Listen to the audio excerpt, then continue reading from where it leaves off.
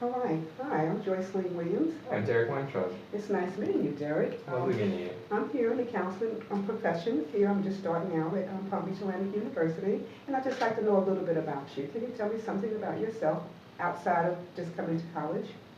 Sure. I'm turning 21 next week, and I'm still very young. I just received my bachelor degree, and I moved to West Palm Beach 2 weeks ago, and it's really been a great experience. I'm really excited to live here and get to know who I am in West Palm Beach. Okay, where did you move from? Daytona Beach. Daytona. I've lived all over, so I actually took a moment to think about Well, that. it's okay. Where did you live before Daytona? Daytona, I lived in Tampa, and then Cocoa Beach for a short amount of time. Wow, so what brought you to West Palm Beach? Graduate school, I fell in love with Palm Beach Atlantic University. Wow, okay. What are you interested in this field? What made you interested in counseling? I went through my share of issues at a young age where I took myself way too seriously. And I've grown strengths through that process where I've grown up, but I still see people who are exactly where I was. And it bothers me because I want to pull them out and let them see how honestly silly some of the things I used to think were. And I want to help people, not just young people, all different ages, mental health counseling in general. Yeah. Have you had a situation where you had an opportunity to help somebody? All the time. My best friend growing up, well, not growing up, in college, she was 36, and she really didn't have a lot of money, and I was always helping her and her family out, even when I don't have that much myself, and driving them places and taking care of them. They went homeless, and I took her, and mind you, they had 7 kids. Wow. Not they, she was by herself. So 7 kids, all in my tiny apartment. I had a nice apartment, but for 7 kids, it wasn't ideal. And it was a few weeks, and it was very helpful. You know, I love helping homeless people out. I always carry a couple dollars when I'm driving.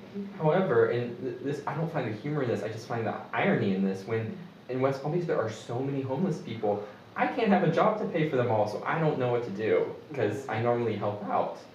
And you know, they just look at me with their signs, and I don't look back, not to be rude. It's just I don't have the money to give them. I feel bad.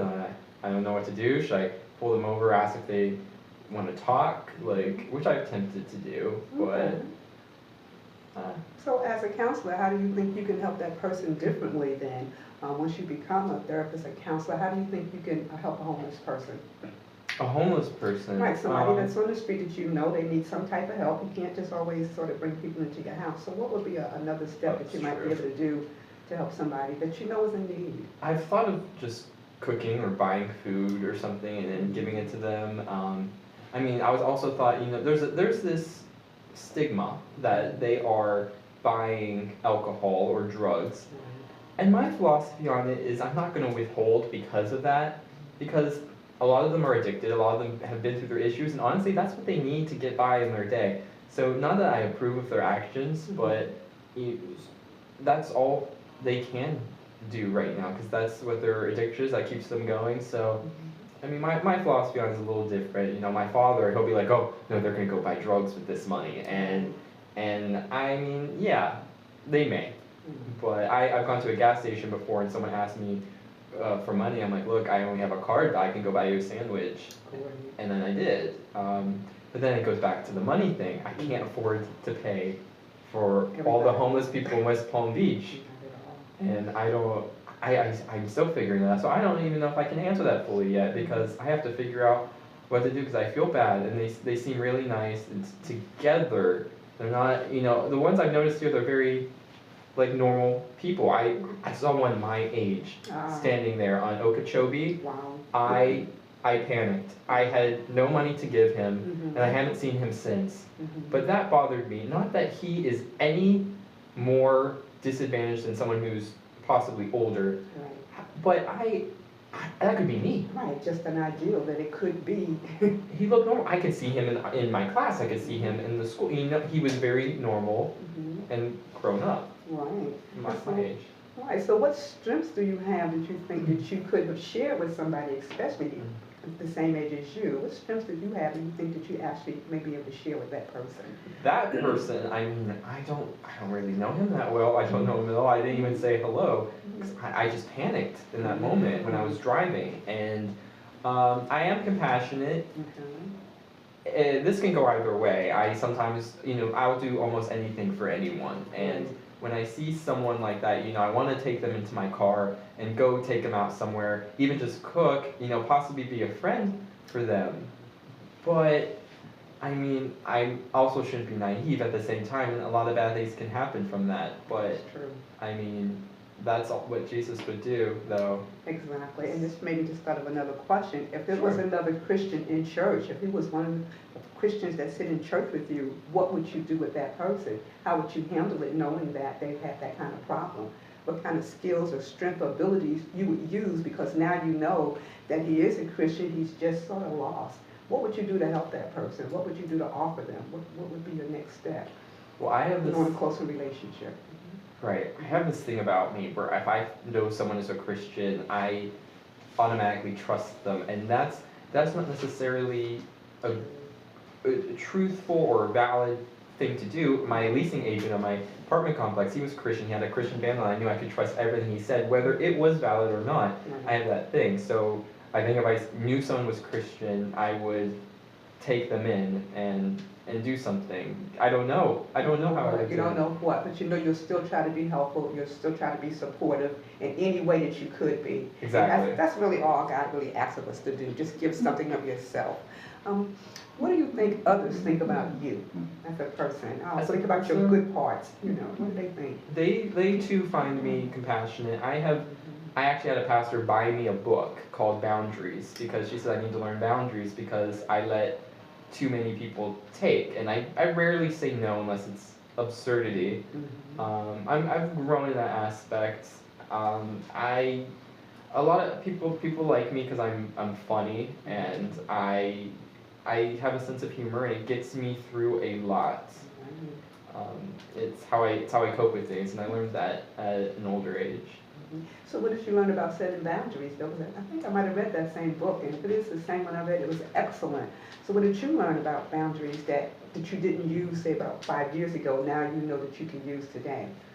Right. Well, I've learned to reasonably answer someone when they need me, whether I can help them in the way they're asking me, or I explain I don't have the resources or the energy to take in a family into my apartment or do something. I don't regret that. That made me stronger and realize that I really would give everything to someone in need. Yes, and that's fantastic too, to be able to help somebody, support somebody.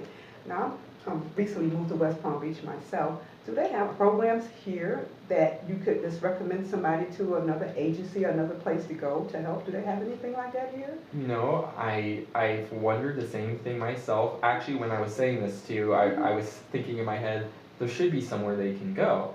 But there are so many homeless people that don't go there.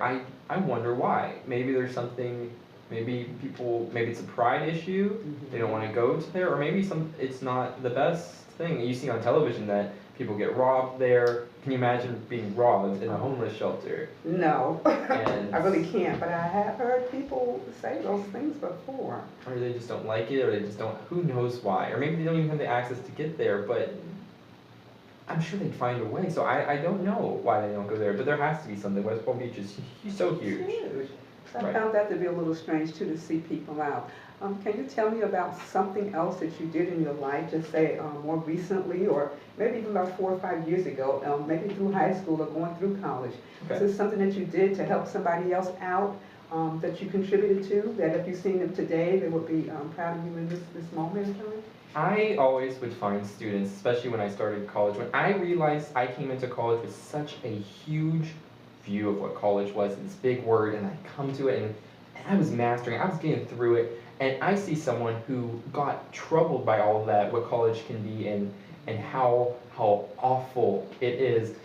And I've taken them and I'm like, look how easy it can be. If you apply yourself and you find the right professors, not that there's some professors that that are bad, quote unquote, but some personalities don't work in the teaching style. So it's good to investigate and find which professor works with which personality and match up. And so I showed my techniques and how I was able to get through my education. So I've taken students who like in their mid-20s and don't have an associate degree and get further in the process. So I feel that was one of my recent things that I've done. Sometimes I would take that too far, but What do you mean by too far? too far, sometimes I want to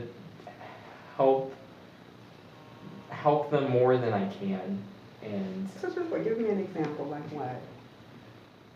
um Because you know, you can extend yourself so much. So give me an example, like one person that you remember that you tried to extend that and it didn't work.